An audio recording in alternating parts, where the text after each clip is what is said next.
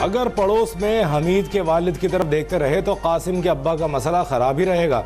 लेकिन वज़ीर आज़म का लाहौर में तालिबा की मानी खेज सवाल पर इख्तियार में जवाब, कहा मसला ये है कि जब कासिम के अब्बा खुद इक़्तिदार में होते हैं तो उन्हें सब कुछ दुरुस्त नज़र आता है, जब इक़्तिदार से हटते हैं तो सब गलत दिखाई देना शुरू हो जाता है। निज़ाम अदल पर बहुत संगीन सवालात हैं, जब तक इसको ठीक नहीं करेंगे तो चाहे किसी का अब्बा हो, अम्मा, बाजी या खुद, महफूज रहना मुश्किल है।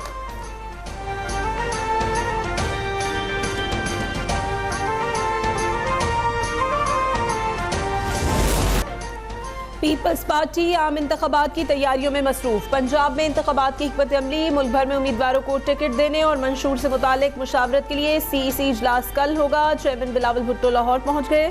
आसिफ अली जरदारी की भी जल्द लाहौर आमद मुतवक्के। दोनों कायदीन कल पीपल्स पार्टी की CEC इजलास की सदारत करेंगे। बिलावल भुट्टो अड्डा प्लॉट पर वर्कर्स कन्वेंशन से खिताब भी करेंगे।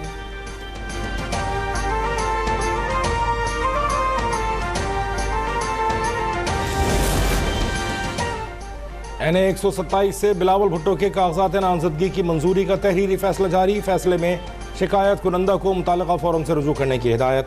रिटर्निंग अफसर ने 4 सफ़ात पर मुश्तमिल फैसले में लिखा कि शिकायत कुनंदा अयाज NA 127 से ताल्लुक़ नहीं रखता, इलेक्शन कमीशन से रुजू किया जाए।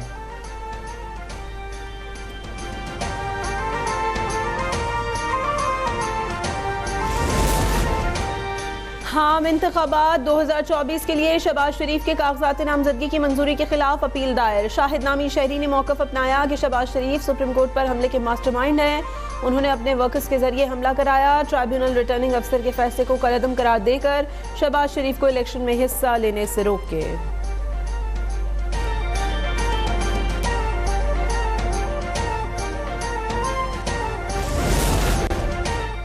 कोहाट के रिटर्निंग अफसर की मअतली पर पेशावर हाई कोर्ट का हुक्म कलअदम करार। सुप्रीम कोर्ट ने रिमार्क्स दिए, लगता है कुछ लोग चाहते हैं इलेक्शन ना हो।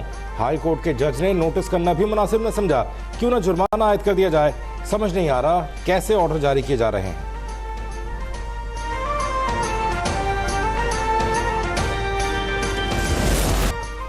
इलेक्शन के लिए अहलियत की शराइत पर तो कायद आज़म भी नाअहल हो जाते। कोई मुसलमान सादिक और अमीन का लफ्ज़ नबी के सिवा किसी के लिए इस्तेमाल नहीं कर सकता। नाअहली मुद्दत तयन केस में चीफ जस्टिस के रिमार्क्स। आर्टिकल 62 में नाअहली की मुद्दत दर्ज नहीं, ये सिर्फ अदालत ने दी है। जस्टिस मंसूर ने कहा, सज़ा मिल गई तो बात ख़त्म क्यों नहीं हो जाती। कैसे हो सकता है कि सज़ा काटने के बाद भी इंतखाबात न लड़ सके। हर सज़ा की मुद्दत है तो नाअहली ताहयात कैसे हो सकती है। अटॉर्नी जनरल ने कहा, नवाज शरीफ ताहयात नाअहली फैसले पर नजरसानी होनी चाहिए।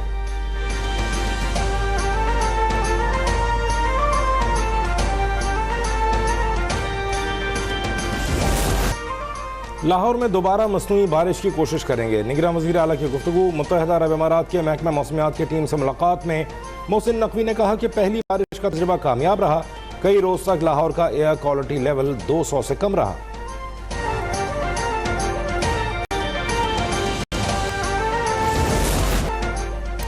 साल में बिजली सार्फिन से 1300 अरब से ज्यादा टैक्स वसूल किया गया। दस्तावेजात के मुताबिक PTV फीस कीमत में 25 अरब 70 करोड़ रुपए, जनरल सेल्स टैक्स के नाम पर 9 खरब 74 अरब की वसूली की गई। इलेक्ट्रिसिटी ड्यूटी के लिए 64 अरब 25 करोड़ रुपए अवाम की जेब से निकाले गए।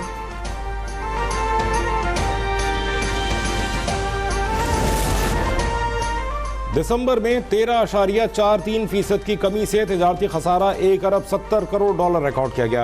इदारा शुमारियात के मुताबिक पहली शिशमाही में तिजारती खसारा 34.29% कम हुआ। इस दौरान बरामदात में 5.17% का इजाफा हुआ। बरामदात का मजमूई हजम 2 अरब 80 करोड़ डॉलर से जायद रहा। सालाना बुनियादों पर मुल्की बरामदात में 22.21% का भी बड़ा इजाफा हुआ।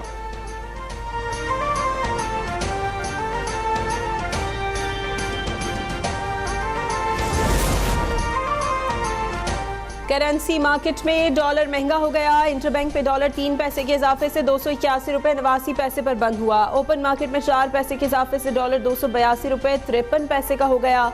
स्टॉक मार्केट में जबरदस्त उतार चढ़ाव रहा। मार्केट 312 पॉइंट्स की कमी से 64,349 पर बंद हुई।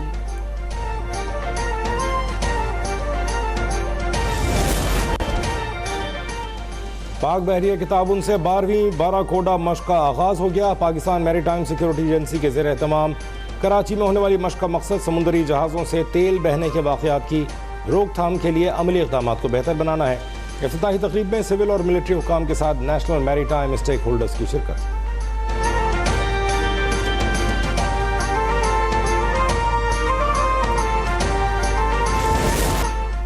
Mystery leg spinner Abrar Ahmed New Zealand के खिलाफ T20 सीरीज से बाहर। टीम इंतजामिया इंजरी के बायस अबरार को वतन वापस भेजने का फैसला।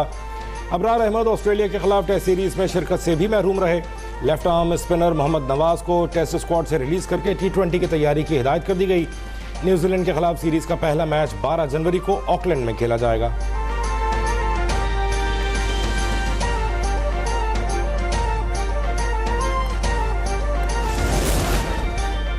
और सिडनी टेस्ट के लिए कौमी टीम का ऐलान कर दिया गया। इमामुल हक ड्रॉप, साइम अयूब डेब्यू करेंगे, शाहीन आफरीदी भी प्लेइंग 11 का हिस्सा नहीं। 3 मैचों की सीरीज में कैंगरूज को 2-0 की बढ़तरी हासिल है। तीसरा मैच कल से शुरू होगा।